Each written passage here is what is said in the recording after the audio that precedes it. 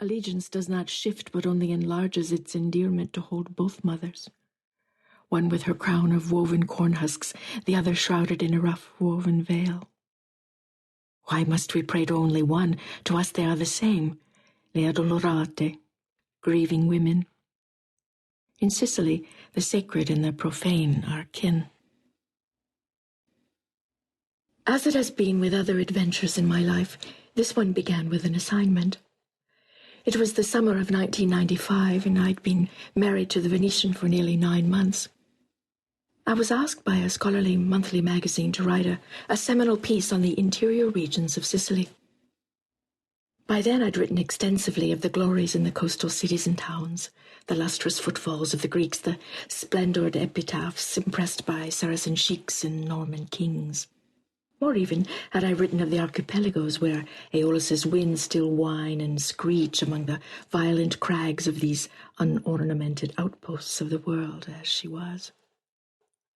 Now it would be to the high fastness of the mountains that I would go. I'd suspected that I was not the editor's first choice among the qualified journalists writing in the English language. And even before my departure, my suspicions were summarily confirmed. Several people had already turned down the job, including one staff writer who'd lived in Sicily longer than a decade. The reason? It was the same as the warning railed down upon me by other colleagues and friends. The center of the island is an aloof and pathless place, and the colossal silence of it all is reflected in its people. But I said that silence is the admission of mystery, and I said that mystery is good. Unshrinking, the caveats served only to intrigue. But it was not just Sicily that was on our path that summer. My husband and I would spend 3, perhaps 4 months roaming all the regions south of Lazio, south of Rome. Exploration and research for a book.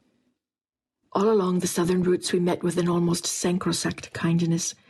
There was beautiful food at the humblest tables, people who laid down their shovels or mops, who descended from tractors or the backs of mules to guide and inform and encourage.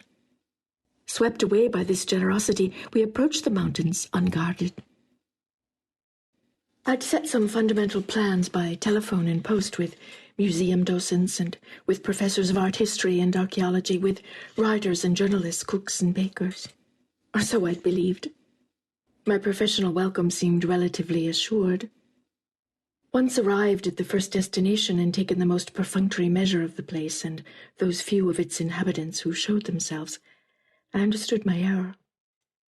At appointed hours and appointed places I sat alone. Numbers dialed rang into infinity, not to worry.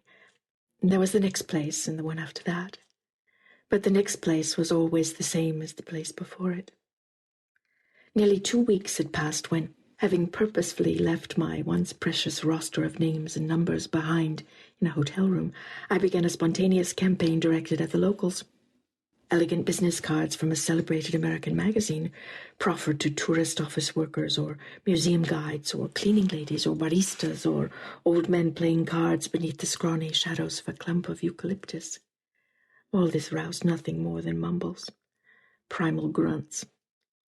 From young men who leaned against church walls, thumbs cradled in their belts, eyes at half-mast like ancient lizards deep in the torpors of the dragging sun, they raised no sound at all. Even those pivotal interviews that had been arranged by my editor were ignored or forgotten. The meticulously drawn route was marked only by misanthropic silences and closed doors and epic heat. I surrendered. I telephoned the editor to tell him so. There was silence then, even from him. The weight of the work put aside, Fernando and I say we'll wend our way down from the mountains and head southwest toward Agrigento, or perhaps southeast toward Noto, almost anywhere away from here. But first, a day or so to recover, to rest in an even minimally cordial atmosphere. In a bar one morning, I risked posing a question to a pair of military policemen whom we'd seen, same time, same place, for several days running. Could they suggest a place where we might stay out in the countryside, a small hotel, a pensione? Unexpectedly, they say yes. There is a woman they'd heard of who receives guests, when she chooses, offering room and board and hospitality. The concept of hospitality in this